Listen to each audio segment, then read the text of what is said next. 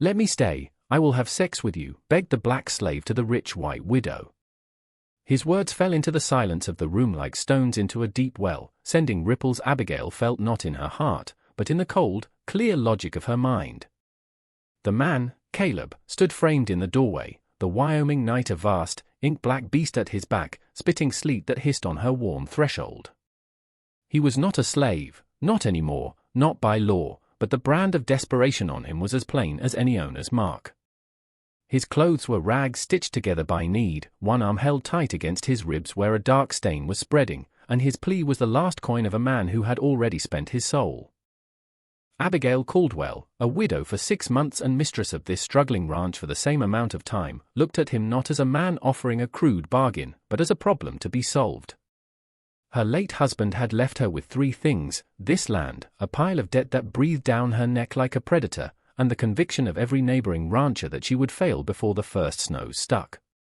Her hands, resting on the heavy oak table, were not the soft hands of a town wife, they were tools she knew how to use, calloused from work and the tight grip she kept on her inheritance.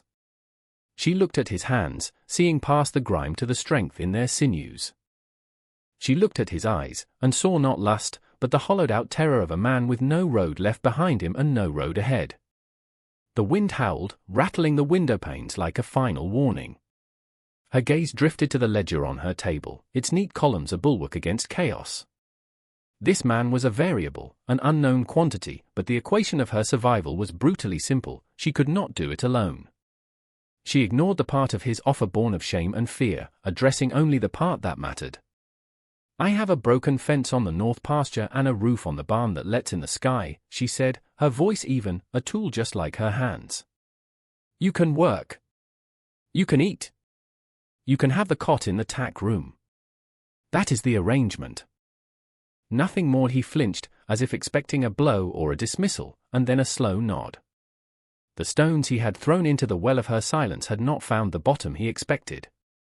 He took the cot in the tack room, a space that smelled of leather and horse and honest labor, and by dawn the next day, the rhythm of his work began to mend the frayed edges of the ranch. Abigail watched him from the kitchen window as she made coffee, her mind a quiet ledger of its own, marking his progress. He moved with a purpose that belied the broken figure from the night before. He did not ask for instruction, he saw what was broken and began to fix it. The north pasture fence, trampled by stray cattle owned by her neighbor, Bartholomew Thorne, was his first task. He moved along the line of splintered posts, his hammer falling with a steady, rhythmic beat that spoke a language of competence she understood better than words. His hands, which he had offered in one way, were now offered in another, and their value was far greater in this new currency of sweat and skill. She spent the morning at her table, the real ledger open before her, the numbers a stark catechism of her precarity. Feed costs, loan payments, the price of seed for a spring planting that felt impossibly distant. Outside, Caleb's hammering was a counterpoint to the scratching of her pen, a tangible sound against the silent, abstract weight of debt. He finished the fence by midday, the new post standing straight and true against the pale, winter-bleached grass. He moved to the barn roof without a word, his body a dark shape against the bruised purple of the afternoon sky. By evening, when he came to the back porch, she had a bowl of stew and a piece of bread waiting for him. He ate silently, his gaze fixed on the horizon where the ridge tossed its long shadow over her land, Thorne's land, a border drawn by power and greed. "The roof will hold against the snow," he said, his first word since the night before. Abigail nodded, looking at the same shadow. "Snow isn't what I'm worried about." The air grew cold, carrying the scent of pine and the unspoken knowledge that mended fences were only the beginning of their troubles. Thorne's shadow was long, and it was acquisitive. The trouble arrived on horseback 3 days later, not as a shadow but as a physical presence of arrogant flesh and polished leather. Bartholomew Thorne and 2 of his hired men reined in their horses just beyond the porch, their mounts churning the damp earth into a muddy wound. Thorne, a man whose wealth had settled in his belly and in the smug certainty of his face, did not dismount. He looked at Abigail as if she were another fixture of the property he was assessing, his eyes cataloguing the peeling paint on the house and the new patch on the barn roof with a dismissive smirk. "Mrs. Caldwell," he began, his voice a buttery drawl that failed to conceal its sharp edge. "A lonely place for a woman to be. I've come to repeat my generous offer. For the land, of course. To save you the hardship. Abigail stepped out onto the porch, wiping her hands on her apron. She did not look up at him, forcing him to address the top of her head until she was ready. She let the silence stretch, a tactic she'd learned from her husband's horse trading. When she finally looked up, her gaze was as level and hard as the horizon. The only hardship I'm currently experiencing, Mr. Thorne, is this interruption to my work. My answer is the same as it was last month. The price is not right, and the land is not for sale. From the corner of her eye, she saw Caleb. He was by the woodpile, axe in hand, mid-swing. He completed the motion, splitting a log with a clean, percussive crack, but he did not pick up the next piece. He simply stood, the axe held loosely in one hand, watching. He was a silent sentinel, his presence an unspoken statement of fact. One of Thorne's men snickered. Got yourself some help, I see. What did you pay for him? Abigail's voice dropped, losing all its warmth. I paid in decency. A concept you might want to look into. Thorne's smile tightened. Decency don't pay the bank, Mrs. Caldwell. Remember that. As they turned to leave, one of the riders deliberately guided his horse into the fence Caleb had just mended, snapping a new post with a loud crack. It was a petty act of vandalism, a promise of more to come. The snapped fence post was a declaration, and they answered it not with words, but with labor. The days that followed settled into a new rhythm, one defined by shared purpose. Mornings began before sunrise, the cold air sharp in their lungs, and ended long after the last light had bled from the sky. Caleb moved with a relentless energy, his quiet work a constant rebuke to Thorne's aggression. He rebuilt the broken section of fence, reinforcing it with stone footings. He cleaned out the spring house, remortared the crumbling stones, and ensured the water ran clean and cold. He was a builder, a man whose hands knew how to create order from neglect. Abigail, in turn, managed the world of paper and coin. She drove the wagon into town for supplies, her face set and unreadable as she dealt with merchants who knew of her feud with Thorne and treated her with a mixture of pity and predatory caution. She bartered, she negotiated, she stretched every dollar until it screamed. Her ledger became a testament to their combined efforts, each entry a small victory, fencing wire, paid in fulls flour and salt, credit extended a wagon wheel repair, bartered for 3 cords of firewood. One evening, they sat at the small kitchen table, the lamp casting a warm circle of light in the growing dark. It was the first time he had eaten inside the house. A winter storm was moving in, the wind a low moan around the eaves. She had made a simple meal of beans and corn bread. The fence will hold through winter, he said, his voice quiet. She nodded, pushing a stray strand of hair from her face. The books will balance through winter, she replied. The subtext was clear, we will hold. Later, as he was checking a loose hinge on the back door, his hand slipped, and a splinter of wood drove deep into his palm. Without a word, she brought the lamp closer, her sewing kit in hand. Her touch was methodical as she used tweezers to pull the splinter, her fingers firm and steady. For a moment, his large, calloused hand was cradled in hers. It was a gesture of pure pragmatism, but it was also the first time they had touched since he arrived. The shared work was building more than a defensible ranch, it was laying the foundation for a trust that neither of them had expected. As the first true snows began to dust the high peaks, Thorne changed his tactics from brute intimidation to something more insidious. He was a man who understood that power was not just in what you could break, but in what you could choke. The small creek that ran down from the hills and cut across the corner of Abigail's property, the lifeblood for her pasture and her small herd, began to shrink. At first, it was a subtle change, the water level dropping by inches. Then, the flow slowed to a trickle, the rocks in the creek bed emerging like the dry bones of a dying animal. Abigail knew, with a certainty that settled like ice in her stomach, that this was Thorne's doing. He had gone upstream, on his own vast property, and built a dam, diverting the water for himself. It was a legal grey area, a common tactic of attrition in this parched land. The effect was slow but devastating. The grass in the pasture turned a sickly yellow-brown. The cottonwoods along the creek bed began to drop their leaves out of season. Dust, once settled by the dampness, now rose in fine, choking clouds with every gust of wind. The landscape itself seemed to be sighing in defeat. Abigail's stoicism was worn thin. She spent her nights with her husband's old survey map spread across the table, the lamplight throwing her face into sharp relief. She traced the lines of waterways and property boundaries, searching for a legal loophole, a forgotten clause, anything that would give her leverage. The numbers in her ledger began to reflect the new crisis, the cost of hauling water from town, a slow drain on their dwindling reserves. Caleb watched her, saw the new tension in her shoulders and the dark circles under her eyes. He said little, but he observed the thirsty cattle, the cracking earth. One evening, as she stared out at the dying pasture, he came to stand beside her on the porch. "The old well," he said. "Your husband stopped using it. Said it was too deep to be worth the effort." She looked at him, a flicker of something she hadn't felt in weeks, not quite hope, but a willingness to consider it.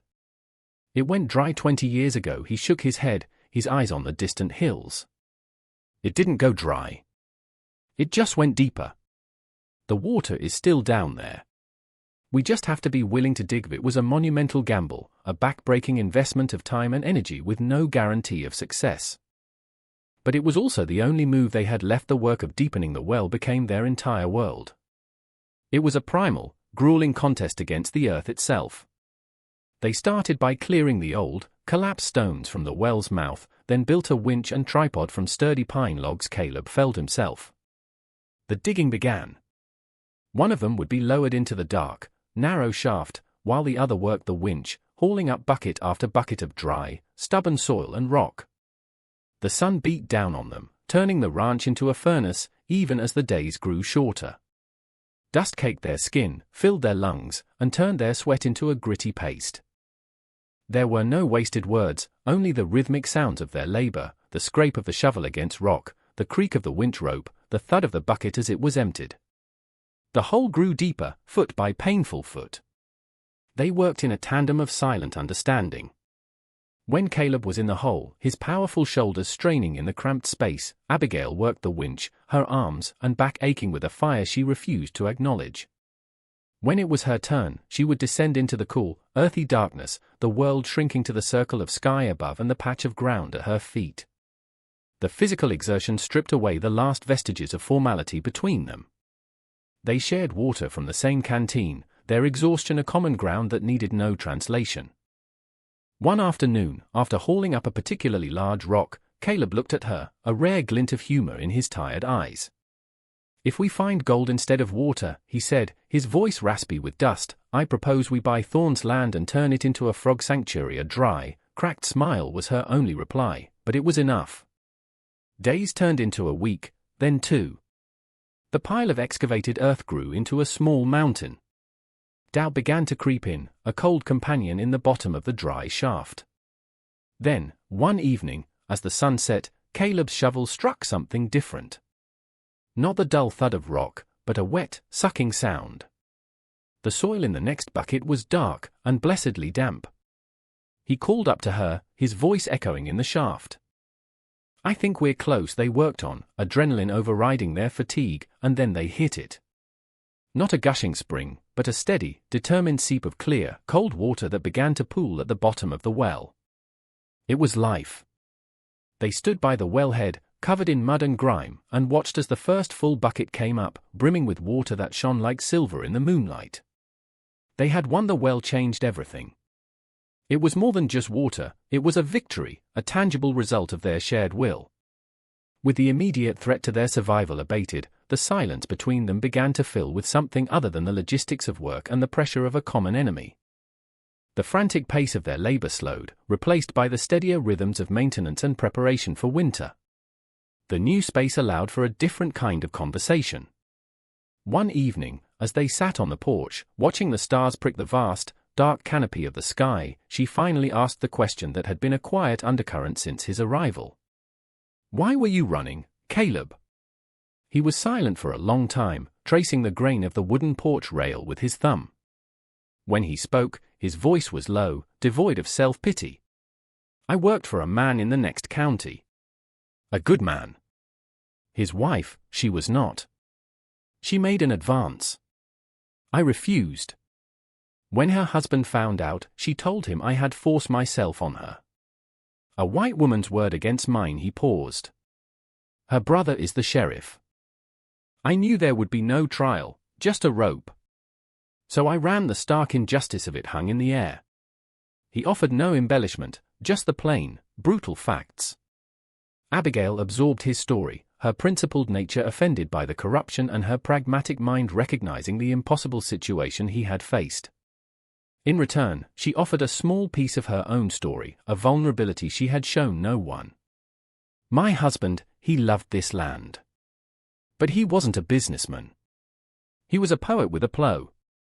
He saw possibility in every sunset, but not the numbers in the ledger. He left me with a beautiful dream and an ugly balance sheet. It was an admission of the truth she had hidden from the world, the truth that she was not just protecting his legacy, but fixing his mistakes.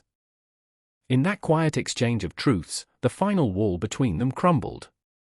His desperate, shocking plea on that first night was recast in the light of this new understanding. It was not the proposition of a debased man, but the last cry of an honorable one pushed to the absolute limit. She was no longer a potential savior or employer, and he was no longer a supplicant. They were simply two people, allies, standing together against a world that had tried to break them both. Thorn, learning of their new well, was enraged. Their resourcefulness was an affront to his power, a mockery of his attempt to bleed them dry. He abandoned all pretense of subtlety. One night, a night with no moon, the attack came.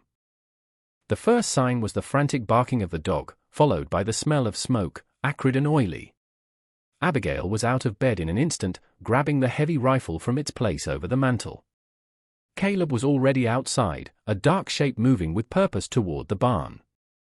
Two of Thorn's men were there, splashing kerosene on the dry timber walls, a torch already lit in one of their hands. What happened next was not a prolonged, dramatic fight, but a series of brief, brutal, and decisive actions. Caleb did not shout or challenge them. He emerged from the darkness behind the water trough, a heavy pitchfork in his hands. He moved not like a brawler, but like a man who understood leverage and momentum. He swept the legs out from under one man, sending him crashing to the ground, the torch flying from his hand and extinguishing in a puddle. The second man turned, pulling a pistol, but Caleb was already on him. He didn't use the tines of the fork, but the heavy wooden handle, a swift, disabling blow to the man's arm that sent the gun spinning away into the darkness. From the porch, Abigail raised the rifle. The stock was solid against her shoulder, her breathing steady. She was not aiming to kill, but to control the situation. She fired once, the shot deliberately high, the bullet tearing a splintered gash in the barn wall just inches from the first man's head as he scrambled to his feet. The sound of the rifle shot was a deafening roar in the night, a clear statement that this was not a fight they could win. The two men, one nursing a broken arm, the other terrified, scrambled for their horses and fled into the darkness. Caleb quickly doused the kerosene-soaked wall with buckets of water from the trough. The barn was saved, scarred but standing. They had won the battle, but the air was thick with the certainty that the war had just escalated to a new, deadly level. They were no longer just fighting for land, they were fighting for their lives in the cold, grey light of dawn. They stood before the barn, assessing the damage. The blackened, oil-stained wood was a physical scar, a testament to the night's violence. The air still held the faint, sickening smell of kerosene. But the mood was not one of defeat. It was one of grim, hardened resolve. The attack had burned away any remaining ambiguity. This was their land now, their fight, their future. They had defended it together, and in doing so, had forged a bond that was stronger than any legal document. Abigail looked from the scarred barn to Caleb, who was already running his hand over the damaged wood, calculating the repairs. She went back into the house and returned with the ledger and a pen. She opened it on a nearby crate, the pages fluttering in the morning breeze. She turned to a fresh page, dipped the pen in the inkwell, and wrote at the top, Caldwell and Caleb Ranch. She looked at him, her expression serious. A man who bleeds for the land should have his name on it. This is a partnership. Equal shares. Your work, your risk. It should be recorded. He looked at the ledger, at his name written in her neat, precise hand. He saw not just the letters, but the meaning behind them: respect, permanence, belonging. He had arrived with nothing, offering the only thing he thought he had left to sell, and she had seen past it. She had given him work, then trust, and now, a home. He reached out and touched the page, his finger tracing his own name. "Caleb is enough," he said, his voice thick with an emotion he rarely showed. "I'll do the work." Right that night, the space between them finally closed. There was no bargain, no plea. It was a quiet coming together, a confirmation of the partnership written in the ledger, born not of passion or loneliness, but of a profound and earned respect. It was as steady and as vital as the water they had found deep in the earth, a silent, powerful answer to the violence and chaos that had threatened to consume them. They were no longer two separate people struggling against the world, they were a single, fortified unit they knew Thorn would not stop. His pride was as vast as his land, and they had wounded it. To wait for his next attack would be a fool's errand. The best defense, Abigail reasoned, was a meticulous, well-documented offense. For 2 days, she did not mend fences or tally supplies. Instead, she compiled her case. She gathered her husband's old survey maps showing the original path of the creek. She documented the cost of the feed she'd had to buy when her pasture died. She wrote a calm, factual account of the attempted arson, noting the time and the nature of the accelerant. She created a ledger of Thorn's aggressions, each entry dated and precise, transforming his campaign of terror into a column of undeniable facts. Her intellect, her love of order and numbers, became her weapon. On the 3rd day, they rode the wagon into town. Abigail sat straight-backed on the driver's seat, the box of documents beside her. Caleb sat next to her, a shotgun resting across his lap, his presence a quiet warning. They did not go to Thorn's opulent ranch. They went to the small, dusty office of the town marshal, a man who owed his position in no small part to Thorn's influence but who also possessed a grudging respect for the law. Abigail laid out her evidence on his desk. She did not raise her voice or make accusations. She simply presented the facts. The maps. The receipts. The statement. She spoke of property lines, water rights statutes, and criminal damage. Caleb stood behind her, his silence more powerful than any threat. The marshal looked at the evidence, then at Abigail's unyielding face, and then at the formidable man standing behind her.